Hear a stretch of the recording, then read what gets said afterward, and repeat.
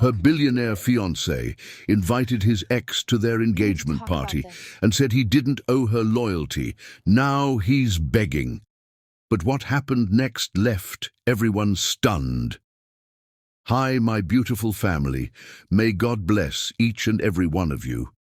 Please write your city name in the comments so I know where my family is watching from, and don't forget to like the video. Some meetings are written in the stars, others are forged in fire, and Blake Shelton was about to discover the difference. The 42nd floor of Shelton Tech Tower hummed with the tension of a $2.8 billion merger hanging in the balance. Blake Shelton stood at the head of the obsidian conference table, his steel-grey eyes scanning the room like a predator surveying his territory. At 34, he had built an empire that made kings jealous and competitors tremble. His custom Armani suit couldn't hide the raw power radiating from every fiber. This was a man who had never heard the word impossible. But when the conference room doors opened and Paula Leal walked in, Blake felt something shift in his universe. She moved like liquid confidence, her curvy silhouette commanding attention in a perfectly tailored burgundy dress. Her natural hair was styled in an elegant updo that showcased her graceful neck and the intelligence burning in her dark chocolate eyes. This wasn't just any architect. This was a woman who designed skylines and reshaped cities. Mr. Shelton, Paula's voice was honey mixed with steel as she extended her hand. I'm Paula Leal, lead architect for your headquarters project. The moment their hands touched, electricity shot through Blake's system. Her grip was firm, confident, unimpressed by his billionaire status. Most women melted under his gaze. Paula met it with equal intensity. Ms. Leal, Blake's voice carried roughness he hadn't felt in years. I've heard interesting things about your work. Interesting? Paula's eyebrow arched dangerously. Mr. Shelton, I don't do interesting. I do revolutionary. I do what other architects dream about. The room fell silent. Blake's board members shifted uncomfortably. No one spoke to Blake Shelton like that. But instead of anger, Blake felt fascination. For the next 3 hours, they battled over blueprints. Paula's design was bold, innovative, completely contrary to everything Blake had envisioned. She wanted sustainable materials, community spaces, affordable housing integrated into the luxury tower. Blake wanted profit, prestige, and power projected into the Manhattan skyline. Your design is financially irresponsible, Blake argued, leaning across the table close enough to catch her intoxicating perfume. Your vision is socially irresponsible, Paula shot back, not backing down an inch. You want to build a monument to your ego. I want to build a legacy that matters. Their eyes locked across the blueprints, and Blake felt his legendary control slipping. This woman wasn't intimidated by his wealth, wasn't impressed by his power, and wasn't afraid to challenge him. She was magnificent. Perhaps, Blake said slowly, his voice dropping to a dangerous whisper, we should discuss this further. Over dinner. Paula's laugh was like champagne bubbles. Mr. Shelton, I don't mix business with pleasure. It compromises judgment. Who said anything about pleasure? Blake's smile was pure sin. I was talking about strategy. The challenge hung between them like a live wire. Paula studied him for a long moment, her intelligent eyes seeing past his billionaire facade to the man underneath. One dinner, she conceded, gathering her papers, but we discussed the project, nothing else. As Paula walked toward the door, Blake called out, Ms. Leal? She turned, and Blake felt his breath catch. She was absolutely stunning, not just beautiful, but powerful, intelligent, dangerous in all the ways that mattered.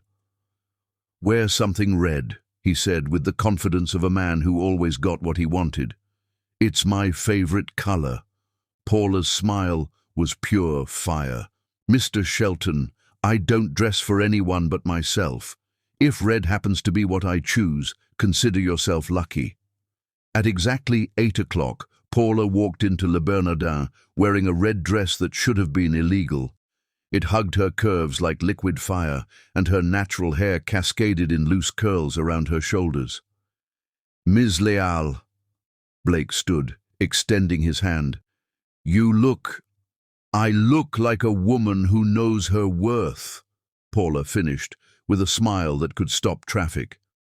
"Now, shall we discuss your building, Mr. Shelton?" But as the evening progressed, they discussed everything except buildings. Blake found himself sharing stories he'd never told anyone, about growing up poor in Oklahoma, about building his first company in a garage, about the loneliness that came with unlimited power. In return, Paula opened up about her journey from a working-class neighborhood in Atlanta to becoming one of the most sought-after architects in the country. She spoke about her passion for sustainable design, her dreams of creating affordable housing that didn't sacrifice beauty. "You want to change the world," Blake observed over dessert. "I want to improve it," Paula corrected. "Change implies destruction. Improvement implies building something better. And what about us?" The question slipped out before Blake could stop it. Paula's eyes met his across the candlelit table. "What about us, Mr. Shelton?" "Blake," he corrected, "and I think you know exactly what I mean." The tension between them was palpable, electric, dangerous. Paula was silent for a long moment. "Blake," she said finally, his name sounding like poetry, "I think you're a man who's used to getting everything he wants." "Almost everything," Blake admitted, "but not you. Not yet." Paula's smile was both promise and warning. Good things come to those who earn them. As they left the restaurant, Blake walked Paula to her car. Under the streetlights, she looked like a goddess. "Thank you for dinner," Paula said. "Thank you for saying yes," Blake replied. "Will you say yes again? Tomorrow night?" Paula tilted her head, considering. "What did you have in mind?" "Surprise me," Blake said, stepping closer. "Show me your world, Paula. Show me what matters to you." Their first kiss happened naturally, inevitably, like gravity pulling them together. Blake's hands cupped her face as Paula's fingers gripped his jacket, and for a moment, the city disappeared. There was only this fire, this connection, this feeling that something monumental had just begun. When they broke apart, both were breathing hard. "This is dangerous," Paula whispered. "The best things always are," Blake replied.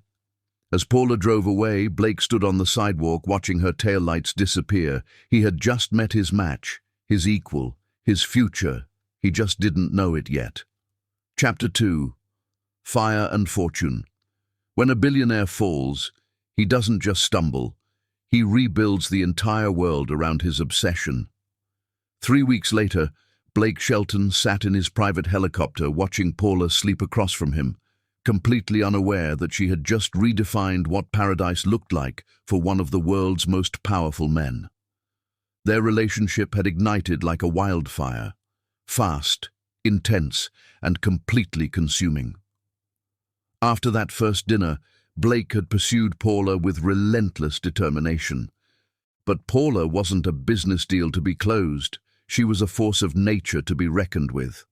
The morning after their first kiss, Blake had shown up at her architectural firm with coffee and croissants.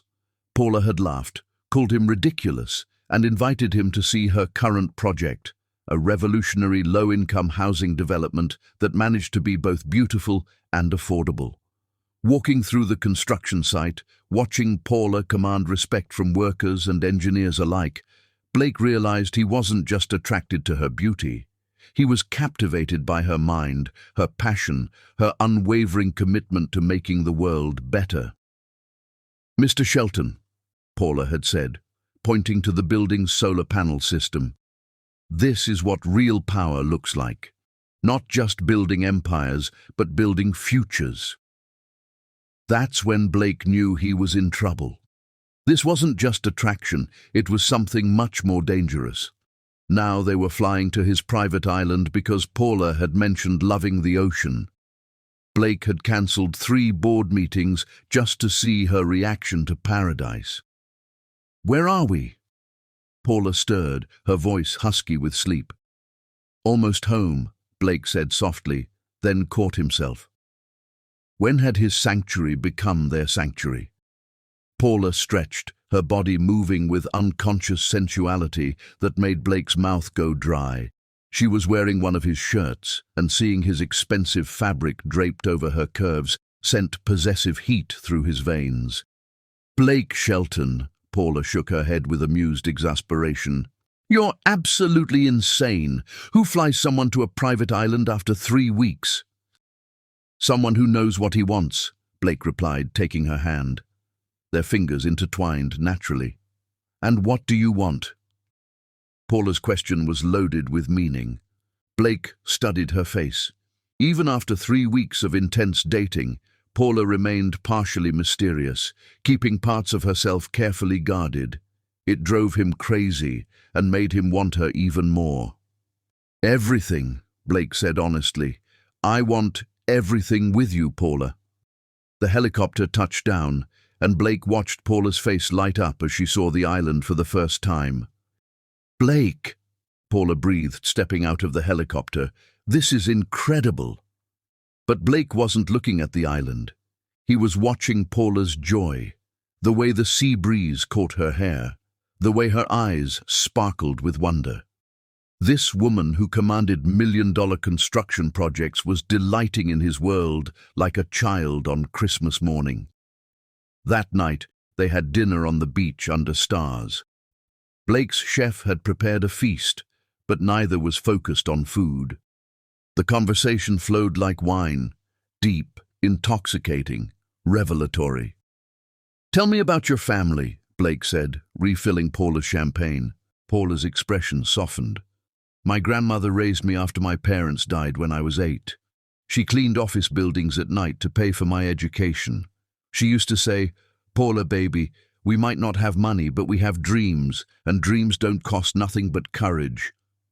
Blake felt something tighten in his chest. "She sounds amazing." "She was," Paula smiled sadly. "She died my senior year of college, never got to see me succeed, but I know she'd be proud." Blake took Paula's hand. "She would be incredibly proud. You're extraordinary, Paula." The moment stretched between them, intimate and profound. Then Paula's smile turned mischievous. "What about you, Mr. Billionaire? What drives Blake Shelton?" Blake's answer was serious. "I've been driven by proving people wrong for so long, I'm not sure I remember what I'm trying to prove anymore. Until ... "Until what?" "Until you." Blake's voice was rough with honesty. "You make me want to build something that matters instead of just something that profits." After dinner, they walked along the moonlit beach. Paula had changed into a flowing white dress that made her look like a goddess. Blake wore linen pants and a white shirt, more relaxed than he had in years. "Dance with me," Blake said suddenly. "There's no music," Paula laughed. "There's always music." Blake pulled her into his arms. "You just have to know how to listen." They swayed together, the waves providing rhythm. Paula fit perfectly against Blake's chest. It was the most perfect moment of Blake's life. No business deals, no pressure, no expectations. Just this woman in his arms and endless possibility. "Paula," Blake's voice was barely a whisper. She looked up at him, luminous in the moonlight. "Yes? I'm falling in love with you." The words hung between them, honest and vulnerable and terrifying. Blake had never said those words to anyone, but with Paula, they felt as natural as breathing. Paula's response was to rise on her tiptoes and kiss him with passion that set his soul on fire. This wasn't just attraction anymore, it was something deeper, more profound, more dangerous. They made love that night in Blake's master suite, with floor-to-ceiling windows overlooking the ocean. It was gentle and fierce, tender and passionate, everything Blake had never known he wanted.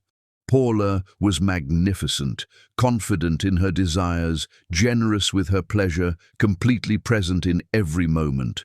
Afterward, they lay tangled in silk sheets, Paula's head on Blake's chest, her fingers tracing lazy patterns on his skin. "Blake." Paula's voice was soft in the darkness. This is crazy, you know that, right? 3 weeks ago, I didn't even know you existed. Now I'm on your private island, falling for a man who owns half of Manhattan. Blake's arms tightened around her. Crazy good or crazy bad? Paula propped herself up on her elbow to look at him. Crazy good, crazy amazing, crazy scary. I know, Blake admitted. I've never felt anything like this before. You've completely turned my world upside down. Good, Paula smiled, then grew serious. Blake, I need you to know something. I don't care about your money. I mean, I appreciate the helicopters and private islands and five-star everything, but that's not why I'm here. Why are you here? Paula's hand moved to rest over his heart. Because of this. Because of the man underneath all the billions. Because you listen when I talk about my dreams. Because you support my work. Because you make me feel like I can conquer the world. Blake rolled over, pinning Paula beneath him, his eyes intense in the moonlight streaming through the windows. You can conquer the world, Paula. You're the strongest, most brilliant woman I've ever met. And I want to watch you do it. I want to help you do it. Their second round of lovemaking was even more intense than the first, desperate and claiming and absolutely perfect. The rest of the weekend passed in a blur of paradise. They swam in the crystal-clear lagoon, explored hidden caves, had picnics on secluded beaches. Blake introduced Paula to his chef, his groundskeeper, his security team, people who had worked for him for years and had never seen him so relaxed, so happy. Sir seems different, his head of security, Marcus, mentioned to the chef. Happy, the chef agreed. Ms. Leal is good for him. But it was Sunday evening as they prepared to leave paradise and return to reality that the conversation happened that would change everything. They were packing in Blake's suite when Paula's phone rang. She glanced at it and smiled. It's my best friend Keisha. I should take this. Blake nodded, continuing to fold his clothes while listening to Paula's side of the conversation. Girl, you would not believe this weekend, Paula laughed. Private island, helicopter, the works. Yes, he's treating me like a queen.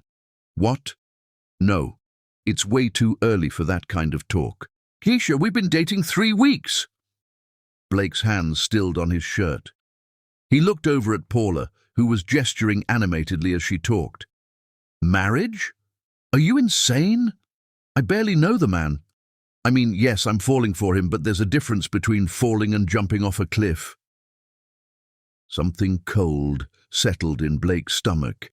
After this weekend, after everything they'd shared, Paula still considered him barely known, still thought 3 weeks was too early to think about a future. Blake had been ready to propose. He'd actually been considering it, mentally designing the ring, imagining the moment, planning their life together. But Paula was talking like they were still in the casual dating phase. When Paula hung up, she found Blake standing by the window, his expression unreadable. Everything okay? She asked, moving to stand beside him. Fine, Blake said, but his voice had cooled several degrees. Just thinking about work.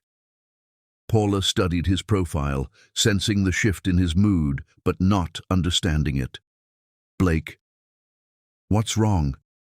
He turned to her with a smile that didn't quite reach his eyes. Nothing, sweetheart. Just remembering that the real world is waiting for us. The helicopter ride back to Manhattan was quieter than the trip out. Paula dozed again, exhausted from their weekend of passion, but Blake stared out the window, his mind racing. He was moving too fast. Paula needed time, space, a normal courtship instead of the all-consuming intensity he was known for in business. He would pull back, slow down, let her catch up to where his heart already was. It was a reasonable plan. A smart plan. A plan that completely ignored the fact that Blake Shelton had never been good at reasonable, and when it came to Paula Leal, smart felt an awful lot like surrender.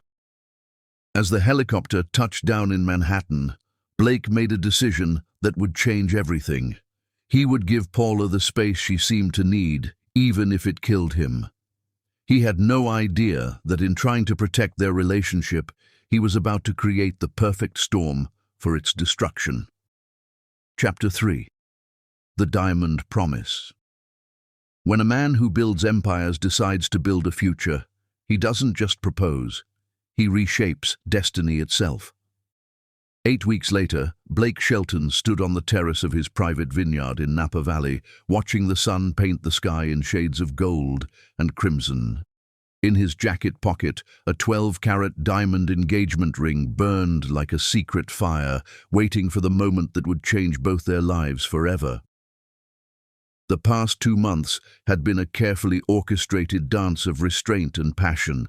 Blake had forced himself to slow down, to court Paula properly instead of overwhelming her with his intensity. It had been torture. Every instinct screamed to claim her completely, but he'd waited, watched, and learned what made Paula Leal truly happy. "Blake, this place is absolutely magical," Paula's voice carried across the terrace as she emerged from the villa, her hair flowing in loose waves around her shoulders. She wore a simple white sundress that somehow made her more breathtaking than any designer gown. Blake turned to face her, and his breath caught the way it did every time he saw her. 2 months of dating hadn't diminished her impact. If anything, knowing her mind, her heart, her soul only made her more devastatingly beautiful. "Wait until you see the sunset," Blake said, moving to wrap his arms around her from behind. Paula melted into his embrace, and Blake felt that familiar sense of completeness. The vineyard had been Blake's sanctuary for years, 500 acres of rolling hills and perfect grapevines. He'd bought it as an investment and discovered it was the only place on earth where his mind truly quieted. Now, with Paula here, it felt like home. "Tell me about this place," Paula said, leaning back against him. "I bought it 4 years ago," Blake's voice rumbled against her ear. "The previous owner was a third-generation vintner who'd lost everything in the recession. I intended to tear down everything, modernize it, turn it into a corporate retreat." "But you didn't." Blake smiled, pressing a kiss to her head. "I couldn't. The old man, Giuseppe, showed me around personally. He talked about his grandfather planting these vines with his bare hands, about the love and sweat soaked into this soil. I realized some things are too beautiful to change." Paula turned in his arms to face him. "You kept him on, didn't you? Giuseppe." "He's my head vintner now," Blake admitted. "Best decision I ever made. Well, second best." "Second best?" Blake cupped her face. "The best decision I ever made was asking you to dinner that night." They had dinner on the terrace as the sun set, Giuseppe's wine pairing perfectly with the meal. The conversation flowed easily, Paula telling him about her latest project, Blake sharing his plans for expanding into renewable energy. "You're really doing it," Paula said, taking his hand. "You're changing your company's entire focus." Blake's fingers intertwined with hers. "You changed my perspective, made me realize that building an empire doesn't mean much if you're not building a better world." It was true. In the 2 months since their island conversation, Blake had quietly begun shifting Shelton Tech towards sustainable technologies and social responsibility. His board thought he'd lost his mind. Blake didn't care. He cared about being the kind of man Paula could be proud of. "Blake," Paula's voice was soft, serious. "I need to tell you something." Blake's hand tightened on hers, his body tensing. "What is it, sweetheart?" Paula took a deep breath.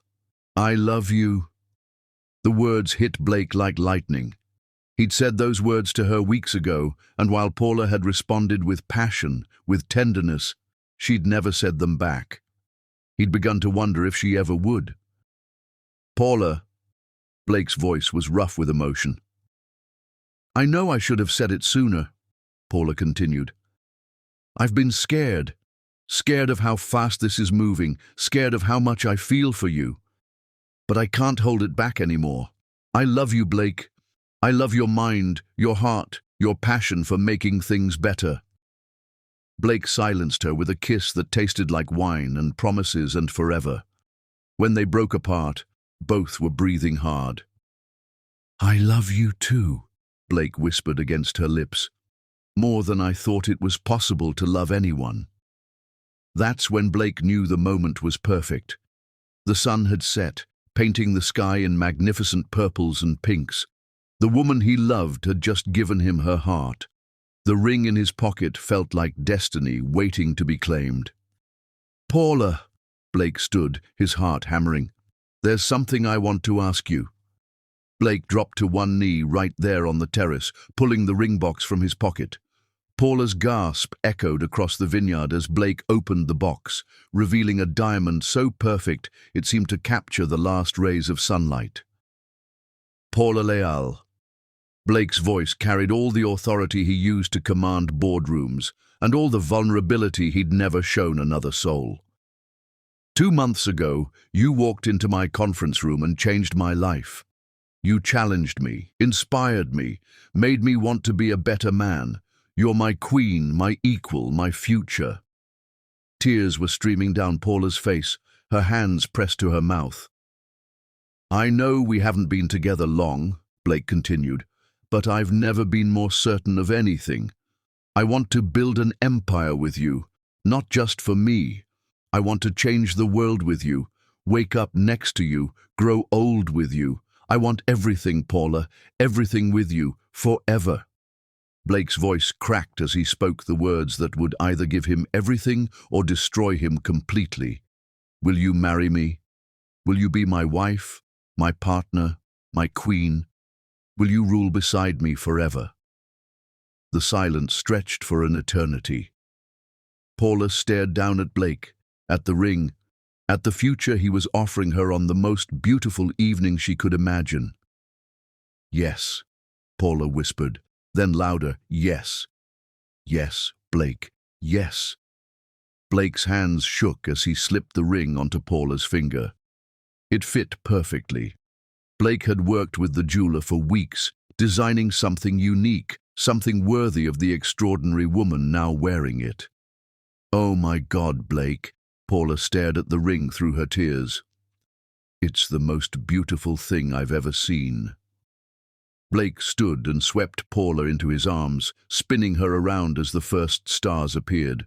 When he set her down, they were both laughing and crying and kissing all at once. I can't believe you just did that, Paula laughed, admiring the ring. It's enormous, it's perfect, it's completely insane. I wanted to give you something as extraordinary as you are, Blake said, pulling her close. Do you like it? I love it, Paula said, then kissed him with passion that made Blake's knees weak. I love you. I can't believe I'm engaged to Blake Shelton. You better believe it, Blake growled against her lips, because I'm never letting you go. You're mine now, Paula, forever. They made love that night with desperate passion, the engagement ring sparkling on Paula's finger. Afterward, they lay tangled in sheets, planning their future. I want the wedding here, Paula said, her head on Blake's chest. In the vineyard. Something beautiful, but not too big. Blake laughed. Sweetheart, I'm worth $4.2 billion. Our guest list is going to be bigger than some small towns. I don't care, Paula said firmly. I want something elegant, sophisticated, but intimate. I want to marry you, not throw a circus. Whatever you want, Blake agreed. Although the media is going to go crazy when we announce this, Paula groaned. I forgot about that part. Hey, Blake tilted her chin up. You're extraordinary, Paula. Let them look. They announced their engagement 3 days later with a press release that sent shockwaves through the business world. The photos of Paula's ring broke the internet. The speculation about their wedding became a media obsession.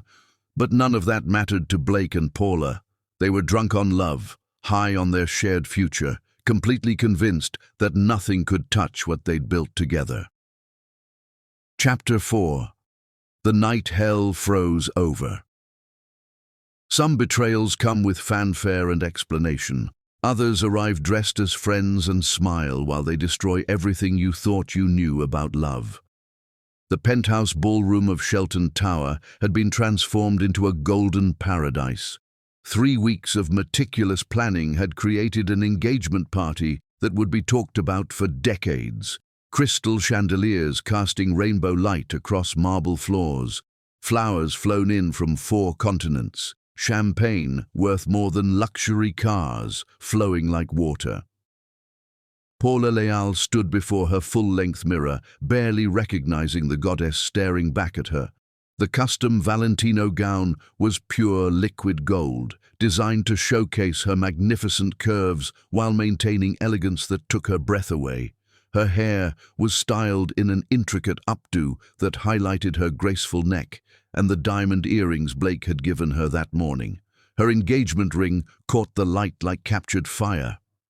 "You look like a queen," Blake said from the doorway, his voice rough with desire and pride. Paula turned to face her fiancé, and her heart stopped. Blake wore a custom black tuxedo that fit his powerful frame like a second skin. His dark hair was perfectly styled, his steel-gray eyes burning with possessive heat as they traveled over her body. This was her man, her future husband, the billionaire who had chosen her above all others. "You clean up pretty well yourself, Mr. Shelton," Paula smiled, moving toward him with fluid grace that never failed to make Blake's pulse race. Blake met her halfway, his hands settling on her waist as he pulled her close. "Mrs. Shelton-to-be," he corrected, leaning down to brush his lips against hers. "Are you ready to face our public?" Paula's laugh was pure music. "Ready to face 200 of Manhattan's elite who are probably wondering what a billionaire sees in an architect from Atlanta?" "Absolutely. They're going to see what I see." Blake's voice was fierce with conviction. "Brilliance, beauty, strength, and grace. You're going to own that room, Paula. You always do."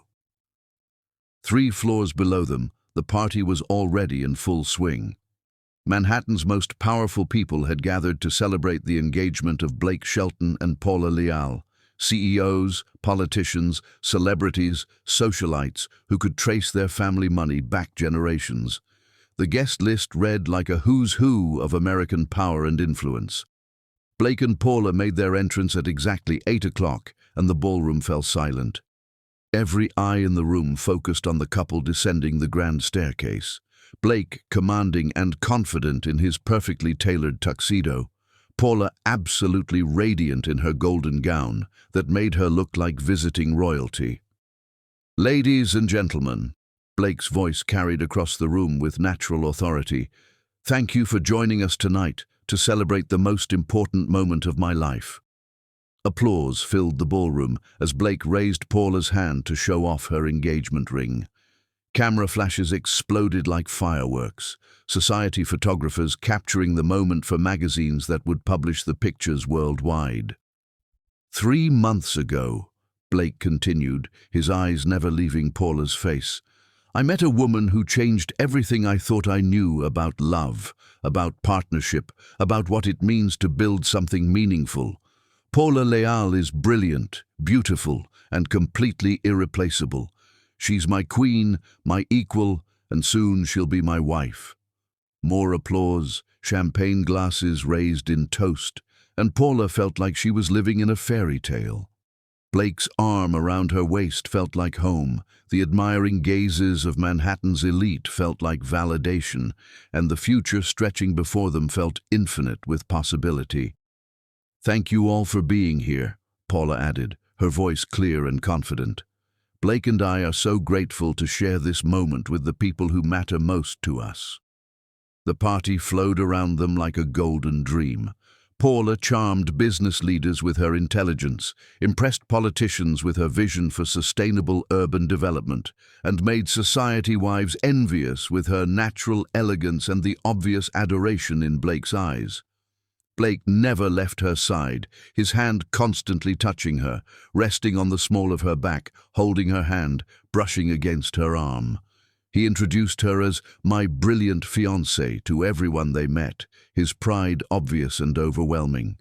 She's absolutely luminous, Margaret Whitfield, wife of a Supreme Court justice, whispered to her friend. Blake looks completely besotted. I've never seen him like this, agreed Catherine Morrison, whose family owned half of the Upper East Side. He's usually so controlled, so careful. With her, he's human. It was true. Blake was different with Paula, softer around the edges but somehow more powerful, like loving her had unlocked parts of himself he'd kept carefully hidden. Every time he looked at her, every time he spoke her name, every touch between them radiated genuine affection and desire.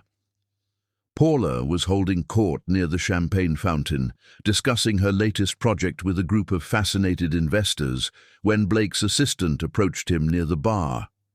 "Sir?" Jennifer's voice was carefully neutral. "There's someone here to see you." Blake frowned. "All our guests are already here, Jennifer. Who is it?" "Amanda Morrison, sir. She says she has important business to discuss." Blake's blood turned to ice. Amanda Morrison, his ex-girlfriend, the woman who had shared his bed for 2 years and his business secrets for longer. The woman who had cheated on him with his biggest competitor, stealing proprietary information that had cost Shelton Tech millions. The woman he'd sworn never to see again. "Tell her to leave," Blake said coldly. "She's not welcome here." "Sir," Jennifer's voice dropped to a whisper, "she says it's about the European expansion. She has information about the Hartwell deal that could save you hundreds of millions."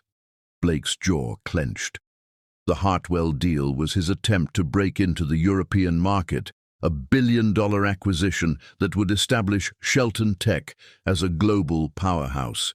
If Amanda had information that could impact the deal. "Where is she?" Blake asked against his better judgment. "Private elevator. She's waiting." Blake glanced across the room at Paula, who was laughing at something Senator Williams had said, completely unaware that Blake's past was about to collide with their future. "Give me 5 minutes," Blake told Jennifer. "Then escort her out." Blake made his way to the private elevator, every step feeling like a mistake. Amanda was waiting in the small lobby, wearing a red dress that was cut too low and fit too tight, her platinum blonde hair styled in perfect waves. She was beautiful in the cold, calculated way that had once attracted him, before he learned what real beauty looked like. "Blake?" Amanda's smile was pure venom wrapped in sugar. "Congratulations on your engagement. She's lovely." "What do you want, Amanda?" Blake's voice could have frozen fire. "You have 4 minutes." Amanda laughed, the sound sharp and unpleasant. "Straight to business. I always did love that about you. Very well. The Hartwell deal. James Hartwell is planning to back out. His board thinks American companies can't be trusted to maintain European standards." Blake's attention sharpened, despite himself. "How do you know this?" "Because I'm dating his son," Amanda said smugly. "Richard Hartwell tells me everything, but I can convince him to put in a good word with Daddy, smooth the way for your acquisition. All I need is the right motivation." "And what motivation would that be?" Amanda stepped closer, her perfume cloying and artificial compared to Paula's subtle elegance. "Partnership, Blake. Make me your European liaison. I know the market, I have the connections, and I can guarantee the Hartwell deal goes through." Blake stared at her for a long moment. Amanda was manipulative, treacherous, and completely untrustworthy. She was also right about her connections and her knowledge of the European market. The Hartwell deal was worth more than $1 billion, enough to establish Shelton Tech's global dominance permanently. "One meeting," Blake said finally. "Tomorrow. My office. If your information pans out, we'll discuss terms." Amanda's smile was triumphant. "Wonderful. You know, Blake, I always thought we made a good team. We never made anything but mistakes, Blake said coldly.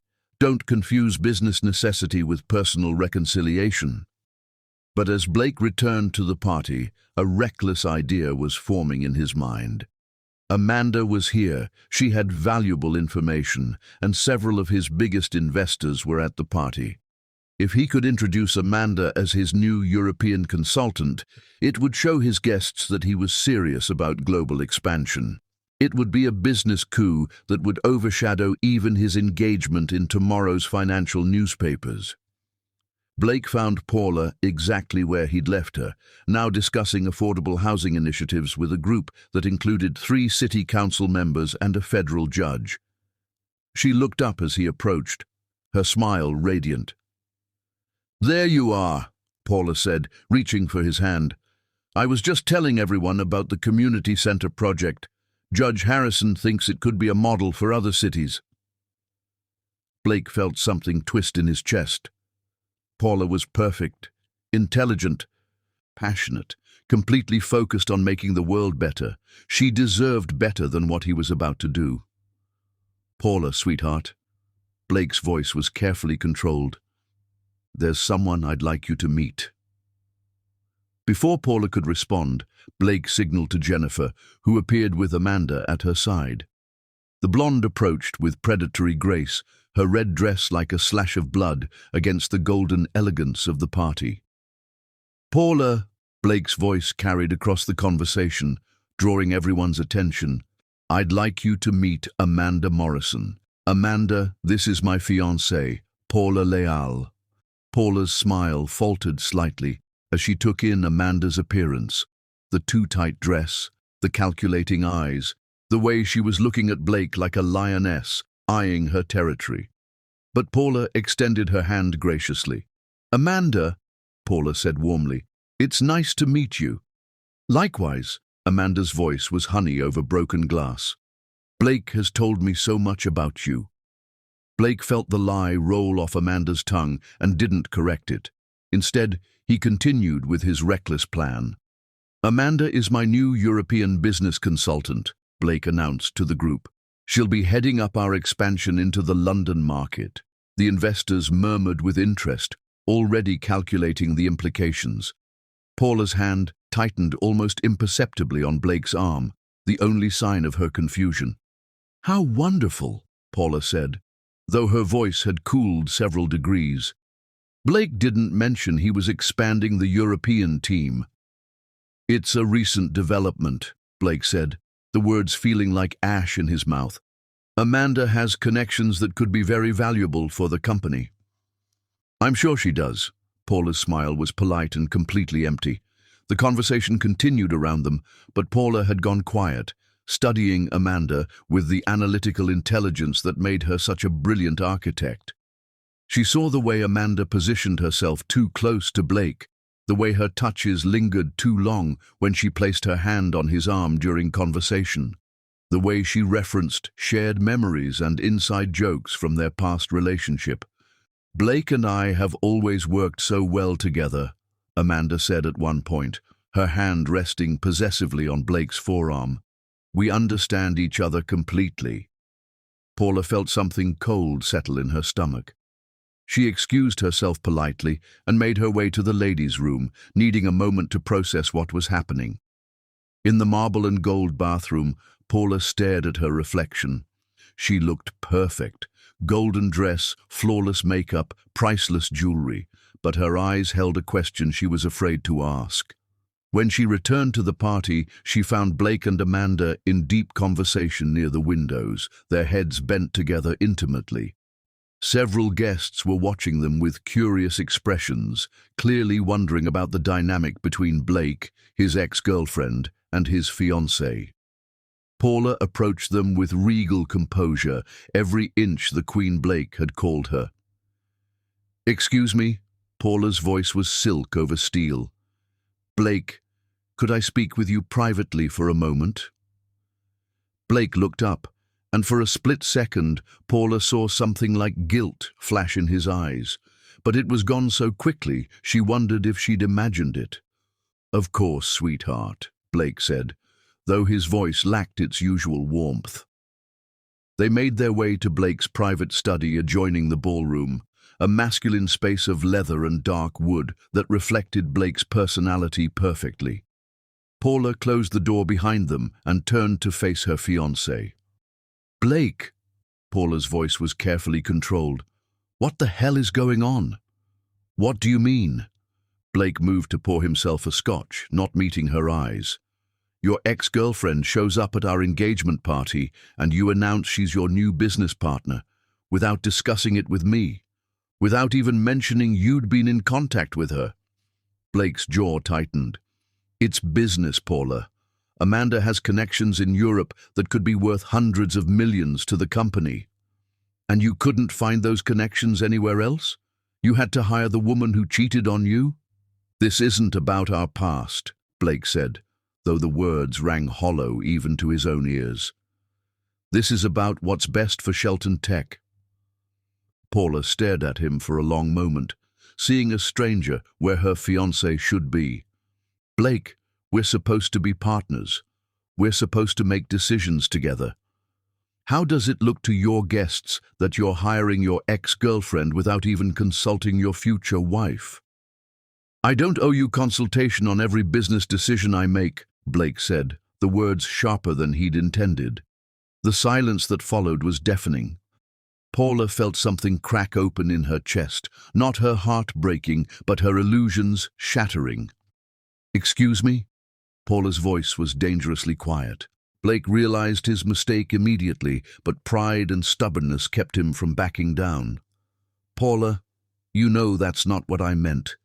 But Shelton Tech is my company. I built it, I run it, and I make the decisions that are best for its future." "And what about our future?"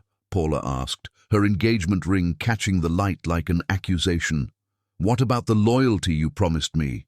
What about the partnership we're supposed to be building?" Blake's hands clenched around his scotch glass. "You're being emotional about this. It's just business." The words hit Paula like a physical blow. Emotional, just business. As if her feelings about her fiancé hiring his ex-girlfriend were somehow unreasonable. "Blake Shelton," Paula's voice was deadly calm, "if you think loyalty to your future wife is optional, then maybe you're not ready to be anybody's husband." With that, Paula turned and walked out of the study, leaving Blake standing alone with his scotch and his mistakes. Paula returned to the party with a smile that could have powered the city, charming guests and playing the perfect hostess while her world crumbled around her. She danced with senators and laughed with socialites and pretended that her heart wasn't breaking into 1,000 pieces. Blake watched from across the room, seeing the pain she was hiding behind her perfect facade, knowing he had put it there. Amanda materialized at his side like a beautiful snake. "Trouble in paradise?" Amanda asked with false sympathy. "Shut up, Amanda," Blake said without looking at her. "I'm just saying, Blake, some women don't understand that business comes first. Paula seems lovely, but is she really cut out for your world?" Blake turned to look at Amanda with eyes like ice. "Don't, ever, talk about Paula again." But the damage was done. Across the room, Paula was smiling and laughing and breaking apart, and Blake was standing next to his ex-girlfriend at his own engagement party, wondering how he'd managed to destroy the best thing in his life in less than an hour. The party continued around them, golden and glittering and perfect on the surface, but underneath, something precious had been shattered, and Blake was beginning to understand that some things, once broken, could never be made whole again. The fairy tale was over. The nightmare had just begun. Chapter 5. The Queen's Silent War. When a queen is wounded, she doesn't cry, she strategizes, and her silence becomes the most devastating weapon in her arsenal. Paula Leal disappeared from Blake Shelton's life like morning mist evaporating under harsh sunlight, completely, elegantly, and with a finality that left him grasping at empty air. The morning after the engagement party, Blake woke alone in his penthouse master suite, sheets cold beside him, the scent of Paula's perfume still lingering like a ghost of what he'd destroyed. She hadn't come home. For the first time in 3 months, Paula had chosen to sleep anywhere but in his arms. Blake's phone buzzed with a text that made his blood turn to ice. "I'm staying at my apartment for a few days. I need space to think. Please respect that. Paula." Space to think. The 4 words that had ended more relationships than infidelity and incompatibility combined.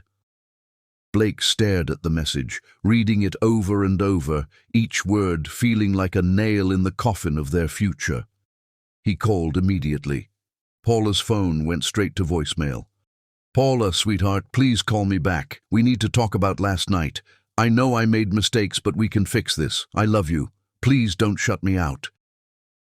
Blake's message was met with silence that echoed through his penthouse like thunder. For 3 days, Blake tried everything. He sent flowers, they were returned unopened. He sent texts, they went unread. He showed up at her apartment building. The doorman informed him that Ms. Leal had left strict instructions that Mr. Shelton was not to be allowed up. Blake stood on the sidewalk outside Paula's building, looking up at her darkened windows, feeling more powerless than he had since he was a broke kid in Oklahoma. All his billions, all his influence, and he couldn't reach the one person who mattered most. Meanwhile, Paula had transformed her pain into pure, focused energy. She threw herself into work with laser intensity, arriving at her firm at dawn and staying until well past midnight. Her assistant, Keisha, watched with growing concern as Paula drove herself relentlessly. "Girl, when's the last time you ate a real meal?" Keisha asked, setting coffee on Paula's desk. "You look like you're running on fumes and fury." Paula looked up from her blueprints, her eyes slightly unfocused from exhaustion.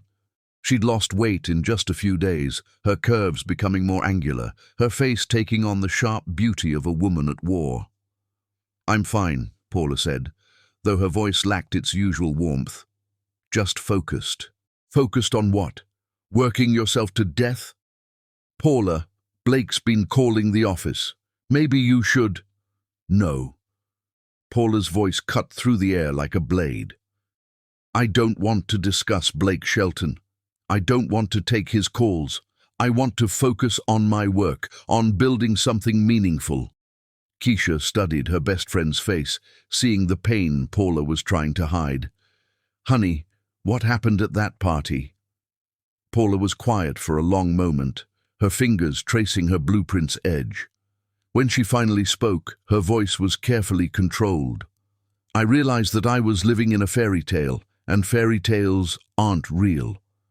Blake made it very clear that his business interests come before our relationship, that his ex-girlfriend's connections are more valuable than his fiancé's feelings. He made me feel small, Keisha, emotional, like I was asking for too much by expecting loyalty." "That bastard," Keisha breathed. "After everything—" "The proposal was beautiful," Paula said quietly. "The promises were beautiful. But promises are just words, and words don't mean anything when they're not backed up by actions."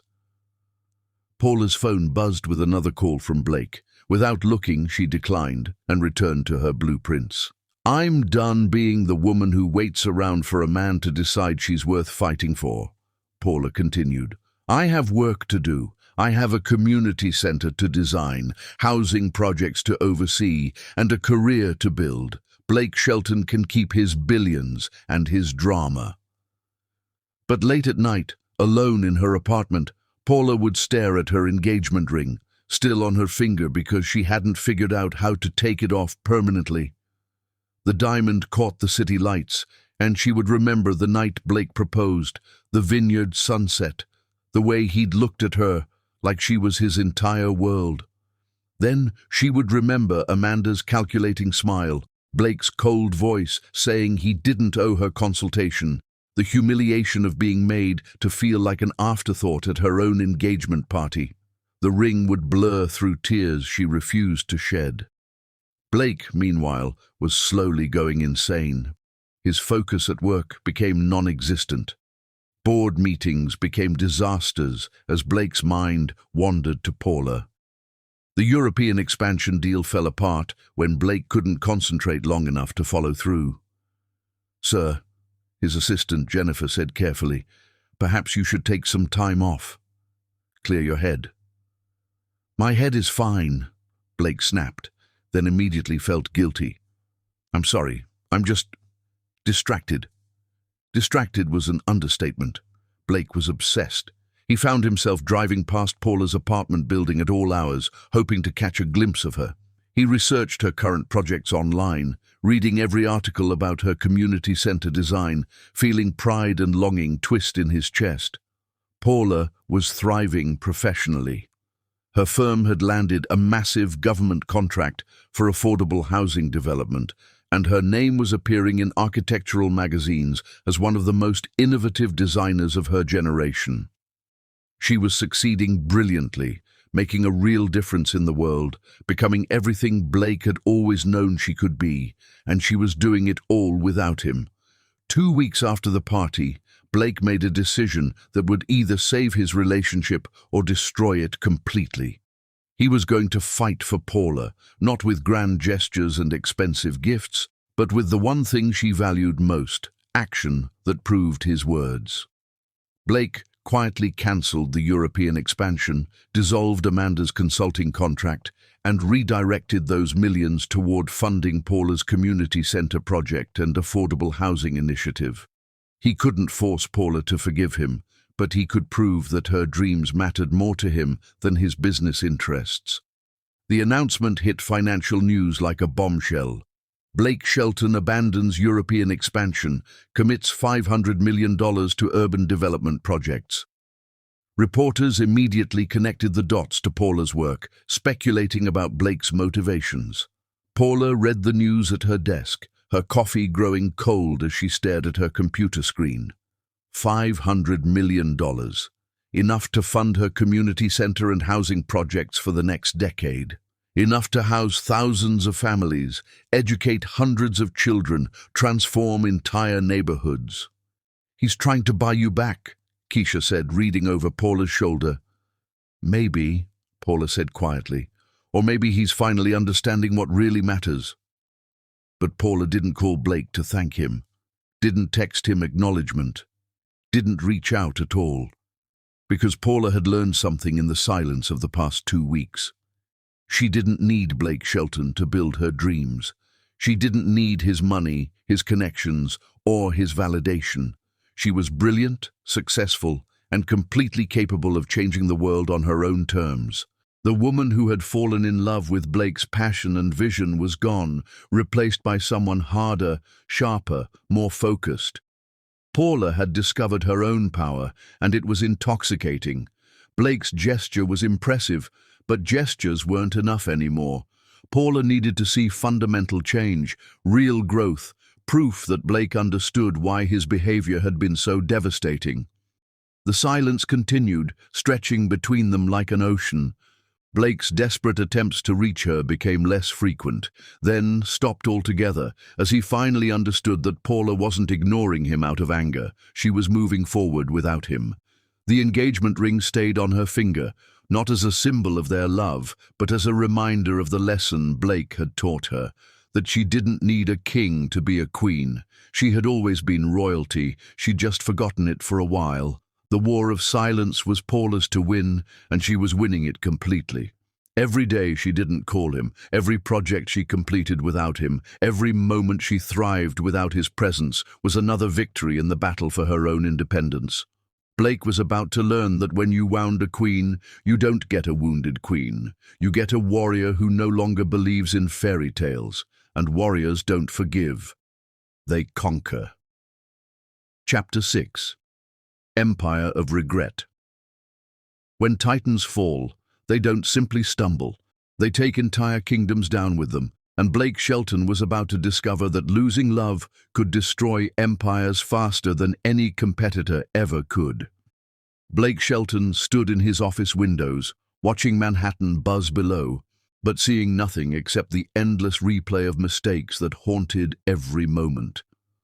3 weeks had passed since Paula vanished from his life, and Blake was discovering that running a multi-billion-dollar empire meant nothing when the woman you loved had erased you from her existence. His reflection showed a man who looked successful, perfectly tailored suit, expensive watch, commanding presence. But Blake could see what others missed: shadows under his eyes from sleepless nights, tension from grinding his teeth, the hollow expression of a man who had everything except what mattered. "Sir," Jennifer's voice came through the intercom, carefully neutral since Blake had become impossible to work with. "The board meeting starts in 10 minutes. Blake closed his eyes, trying to summon the focus that had built his empire. The quarterly review with his board of directors, normally routine. Today, it felt like facing a firing squad. The boardroom was full of Manhattan's most powerful investors who had bet billions on Blake's vision. As Blake entered, he could feel their scrutiny like physical weight. These people could smell weakness from miles away, and Blake was bleeding vulnerability. "Ladies and gentlemen," Blake began, clicking to his first slide. "Q3 results show." The numbers blurred together. Blake's mind, which normally processed complex financial data like reading bedtime stories, couldn't focus on anything except Paula's laugh, the way she'd challenge his assumptions, the feel of her hand in his during meetings. "Revenue growth of 15%. Blake continued, but confusion crept across board members' faces. He was reading wrong numbers, mixing up quarters, presenting information that made no sense. Margaret Whitmore cleared her throat. "Blake, I think there might be an error in your calculations." Blake stared at the screen, realizing he'd been presenting last year's data mixed with next quarter's projections, the kind of mistake he hadn't made since his first year in business. "I apologize," Blake said, his voice rough. "Let me correct that." But as he tried to find the right presentation, his hands trembled slightly. The board members exchanged glances, concerned, calculating glances that meant his leadership was being questioned. For the next hour, Blake stumbled through what should have been a triumph. Questions that should have been easy required long pauses. Strategic decisions became labored explanations that satisfied no one. "Blake," Harrison Foster said, after Blake had confused projections again, "perhaps we should reschedule. You seem distracted." "I'm fine," Blake insisted, but his voice lacked authority. "Just working through strategic considerations." "Strategic considerations?" Margaret's tone was sharp. "Blake, you've abandoned the European expansion, invested $500 million in charitable projects with no clear return, and now you can't present basic results. The board needs to understand what's happening." Blake felt the room closing in. How could he explain that he'd cancelled a billion-dollar deal because it required working with his ex? How could he tell these profit-focused people that he'd redirected millions toward Paula's projects, trying to prove his love? "The European expansion was based on faulty research," Blake lied. "I decided to focus on domestic investments." It was weak, and everyone knew it. Blake didn't make decisions based on faulty research. The board members looked at him like they were seeing a stranger. After the meeting ended in uncomfortable silence, Blake returned to his office and did something he hadn't done in 15 years. He poured himself a scotch at 11 in the morning. His phone buzzed with a call from his mother. Blake stared at it for a long moment before declining.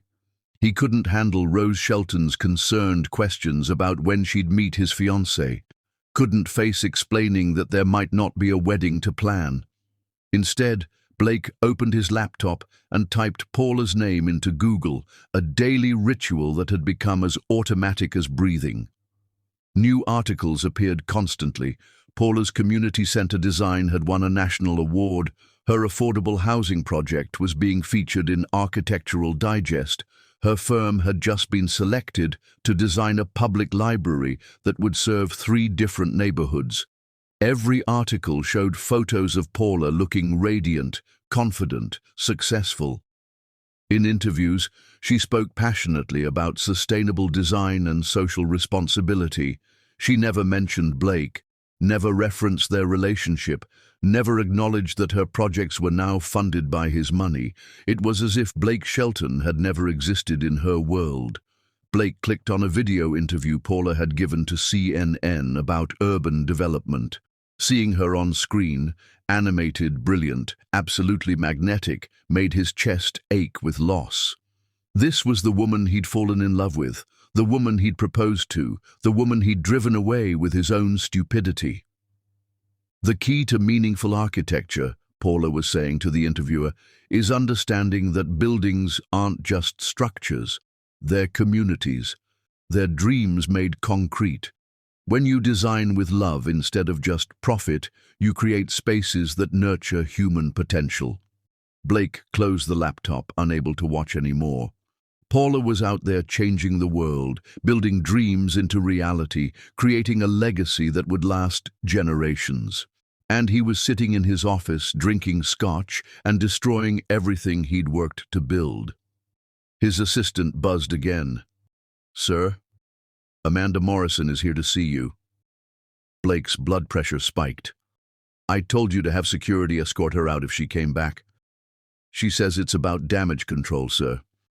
Something about the financial news reports."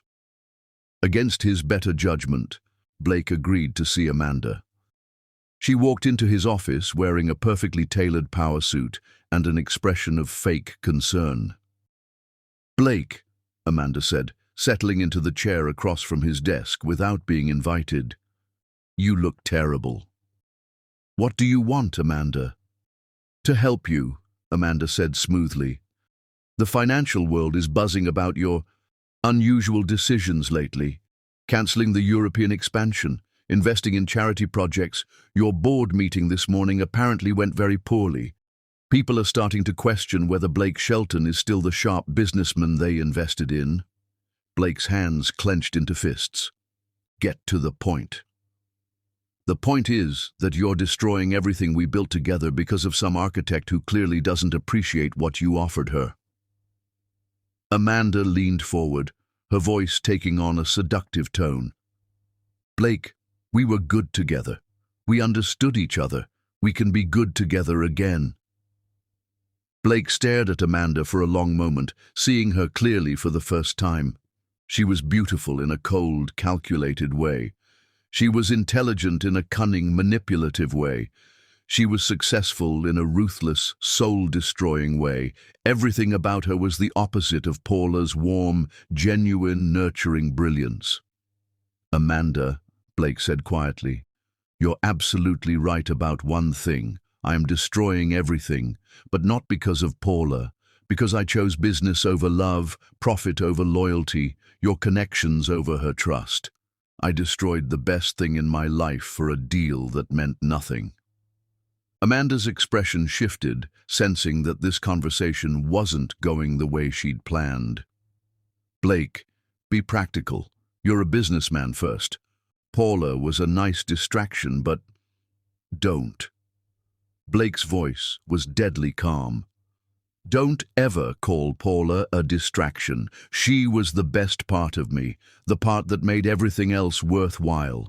And I lost her because I listened to people like you who think love is a weakness instead of the greatest strength anyone can have." Blake stood up, moving to the window again. Outside, Manhattan pulsed with life and energy and possibility. Somewhere in that maze of buildings, Paula was creating something beautiful and meaningful. And here he was, surrounded by luxury and power and absolutely miserable. "I want you to leave," Blake said without turning around.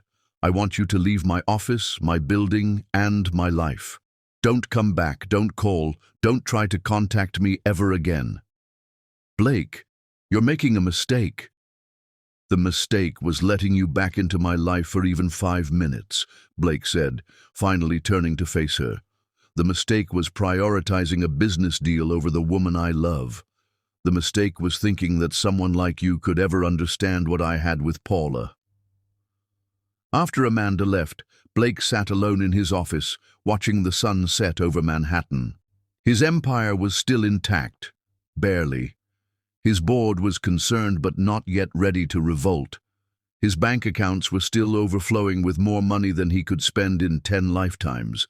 But Blake felt poorer than he had as a kid in Oklahoma because he'd had everything that mattered and thrown it away for absolutely nothing. His phone buzzed with a text from his brother. "Saw the news about Paula's housing project? Mom wants to know when you're bringing her to dinner. Also, when's the wedding? She's driving me crazy with planning questions." Blake stared at the message for a long time before typing back, "Not sure about timing yet. Still working out details." It wasn't technically a lie. Blake was working out details, specifically how to win back the love of his life when she'd made it clear that she'd moved forward without him. As night fell over Manhattan, Blake made a decision.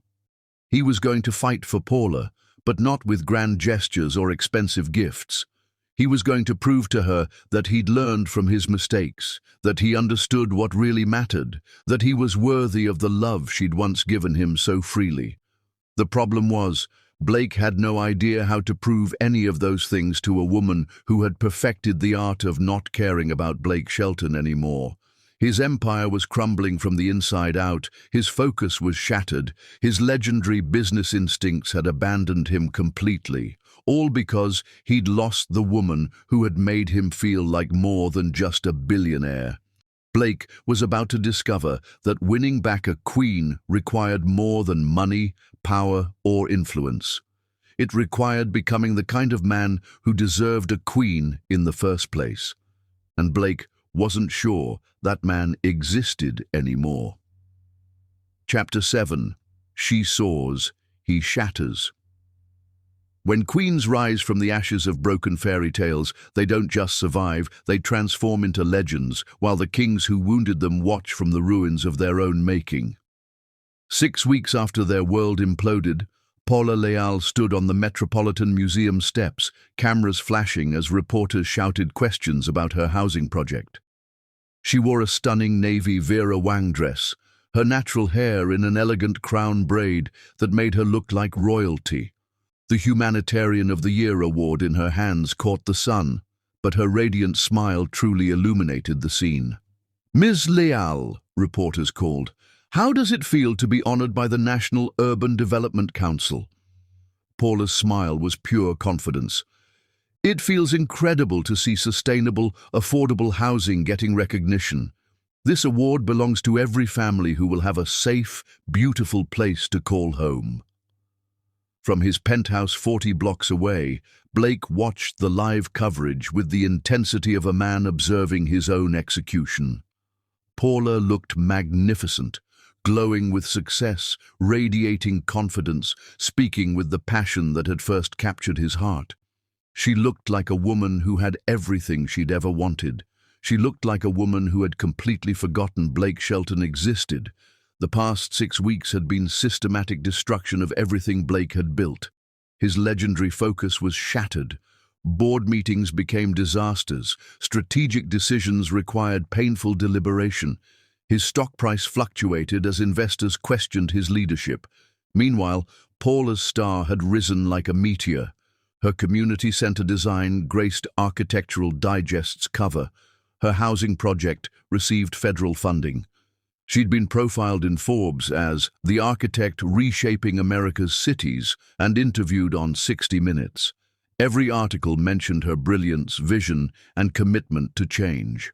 None mentioned Blake Shelton. It was as if their relationship had been erased from public memory. Blake had been avoiding his mother's increasingly concerned voicemails, unable to explain that the wedding she was excited about would never happen. Instead, Blake researched Paula's life like a private investigator. Her firm's website, project announcements, interview schedules. Blake knew Paula's professional life better now than when they'd been engaged. That's how he discovered Paula was dating someone new. Dr. Jonathan Hayes, cardiovascular surgeon at Mount Sinai, Harvard graduate, published researcher saving children's lives. The man was brilliant, successful, devoted to making the world better, everything Blake had once thought he was. The photos had appeared 3 weeks ago, Paula and Jonathan at a charity gala, looking perfect together. Jonathan was handsome in an understated way, tall, lean, kind eyes, and a gentle smile suggesting he'd never hurt anyone. In photos, he looked at Paula like she was a miracle he couldn't believe he'd been blessed to witness. Paula looked happy, genuinely, radiantly happy in a way that made Blake's chest cave in. Blake had investigated Jonathan thoroughly. Dr. Hayes was literally perfect. No scandals, no drama, no complications. He volunteered at free clinics, donated half his salary to research, had never made a decision putting personal gain over human welfare. He was everything Blake wasn't, and everything Paula deserved. On television, the reporter was interviewing Paula about her personal life. Blake turned the volume up, torturing himself. "Ms. Leal, there have been rumors about your relationship status. Are you seeing anyone special?" Paula's smile became more private, genuine. "I am. Dr. Jonathan Hayes is an incredible man who supports my work and shares my values. We're very happy together." The words hit Blake like physical blows. Very happy together. Present tense. Paula had moved on completely, found someone better, built a new life that didn't include even the memory of Blake Shelton. Blake turned off the television and walked to his bar cart, pouring himself a scotch with hands that shook slightly. It was only 3 in the afternoon, but Blake had stopped caring about things like appropriate drinking hours weeks ago. His phone rang again, this time his brother Michael calling from Oklahoma. "Blake, what the hell is going on?" Michael's voice was sharp with concern. "Mom's been calling me crying because you won't return her calls. She's worried sick about you." Blake closed his eyes, leaning against the window. "I'm fine, Michael." "Bullshit. I saw the financial news reports about Shelton Tech's stock fluctuations. I saw the articles questioning your leadership. And where's this fiancé Mom keeps asking about? When do we get to meet the miracle woman who tamed Blake Shelton?" The question hung in the air like a loaded gun. Blake hadn't told anyone in his family that Paula was gone, hadn't explained that the engagement was over, hadn't admitted that he'd destroyed the best thing in his life. "It's complicated," Blake said finally. "Complicated how?" "Blake, talk to me. You sound like hell. You look like hell in every photo I've seen, and you're apparently running your company into the ground. What happened?" Blake was quiet for so long that Michael thought the call had dropped. "I lost her," Blake said finally, his voice barely above a whisper. "I lost Paula. I was an idiot. I made terrible choices, and I lost the only woman I've ever loved." The silence on the other end was deafening. "Jesus, Blake," Michael breathed. "How bad did you screw up?" "Bad enough that she won't take my calls. Bad enough that she's dating a surgeon who's apparently perfect in every way I'm not. Bad enough that she looks happier without me than she ever did with me." Blake told Michael everything. The engagement party, Amanda's manipulation, his own stupid decisions, Paula's devastating silence, the complete collapse of his focus and judgment since she disappeared from his life. "You invited your ex-girlfriend to your engagement party." Michael's voice was incredulous. "Blake, what the hell were you thinking?" "I wasn't thinking," Blake admitted. "I was being the same arrogant bastard who built this company by prioritizing profit over everything else. I treated Paula like a business asset instead of the woman I love. And now she's gone." "And now she's gone," Blake confirmed. "Michael, I can't concentrate on anything. I can't make decisions. I can't function without her. My board is talking about bringing in consultants to evaluate my fitness as CEO." Michael was quiet for a moment.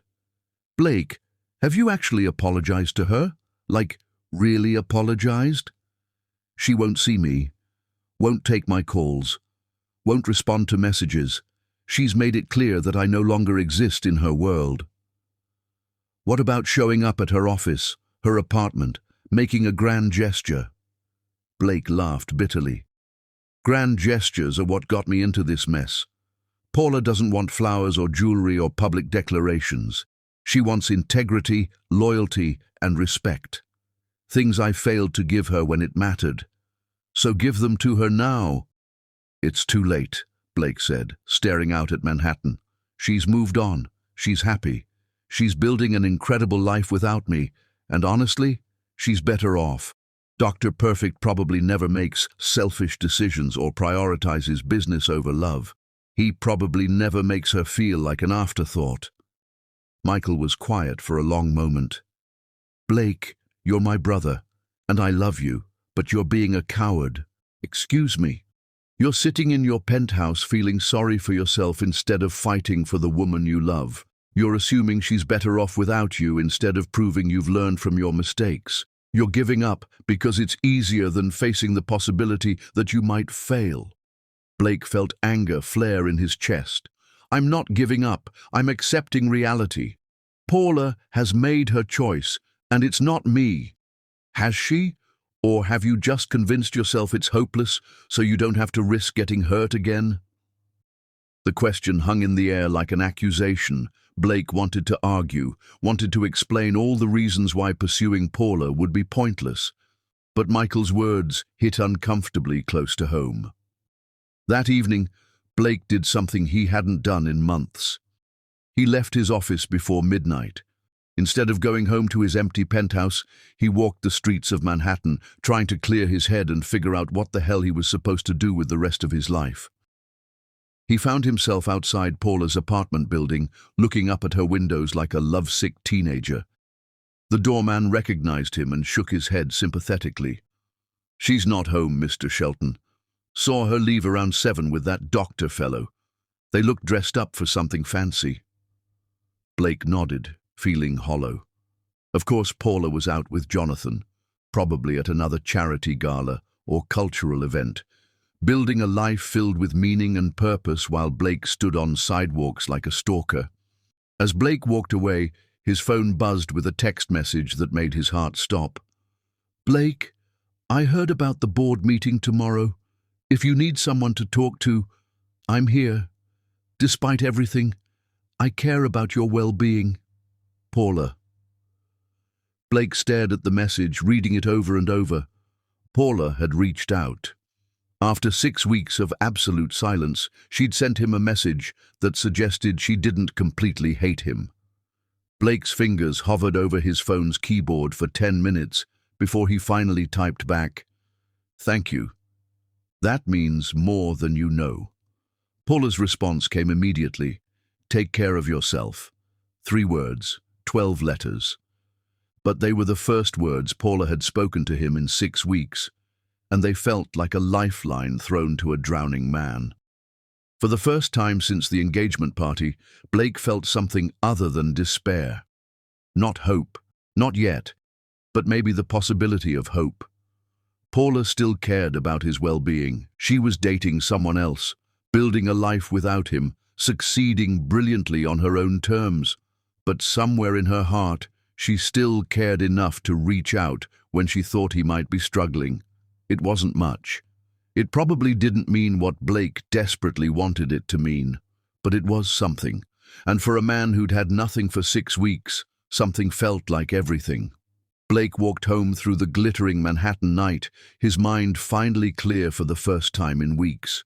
He had a board meeting to survive, a company to save, and a life to rebuild. And maybe, just maybe, a queen to win back. But first, he had to become the kind of man who deserved a second chance with royalty. Chapter 8. The Gala Where Hearts Collide Again.